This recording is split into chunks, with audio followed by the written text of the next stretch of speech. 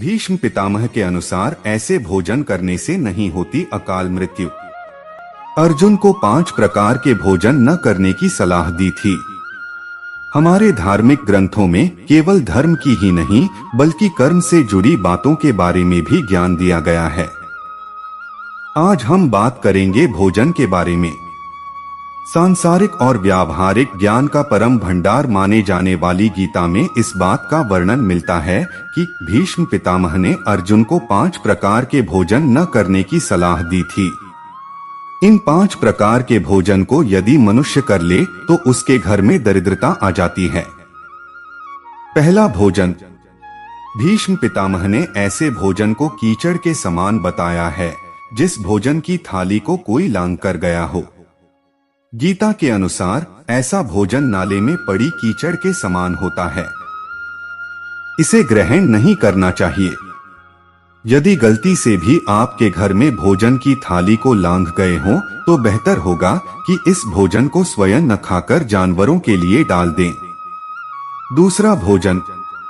गीता में दूसरा गलत प्रकार का भोजन उसको बताया गया है जिस भोजन की थाली में पैर से ठोकर लग गई हो या फिर किसी का पांव लग गया हो।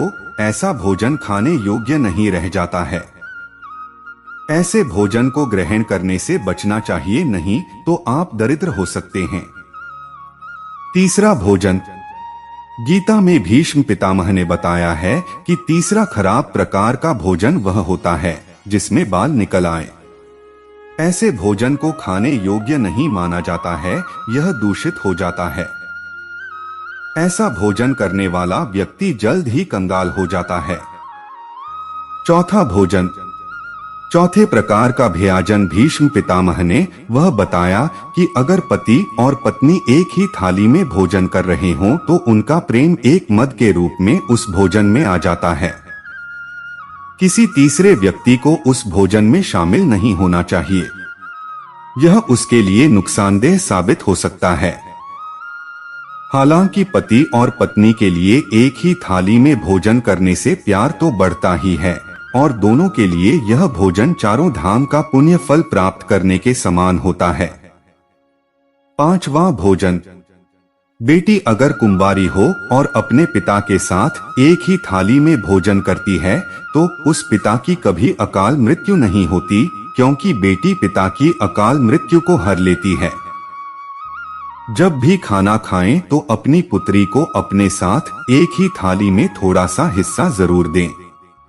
एक बार की बात है, एक बूढ़ा आदमी थे जिनकी एक सुंदर बेटी थी। वे दोनों बहुत प्यार से रहते थे। बेटी अपने पिता के साथ हर समय रहना चाहती थी और वे हमेशा एक ही थाली में खाना खाते थे। एक दिन बूढ़े आदमी को बुखार हो गया। उनकी स्थिति बिगड़ गई और डॉक्टर ने उन्हें गंभीर हालत में पाया। बेटी ने अपने पिता को समझाया कि वे उनके साथ ही खाना खाएं ताकि वे स्वस्थ रहें। पिता ने उसकी सलाह मानी और वे दोनों एक ही थाली में खाना खाने लगे। बेटी ने हमेशा अपने पिता के साथ ही खाना खाने का आदत बनाए रखा। इससे पिता को भी संजीवनी लाभ मिला और उनका स्वास्थ्य बहुत हद तक सुधारा। इस तरह बेटी ने हमेशा अपने पिता की अकाल मृत्यु को हर लिया।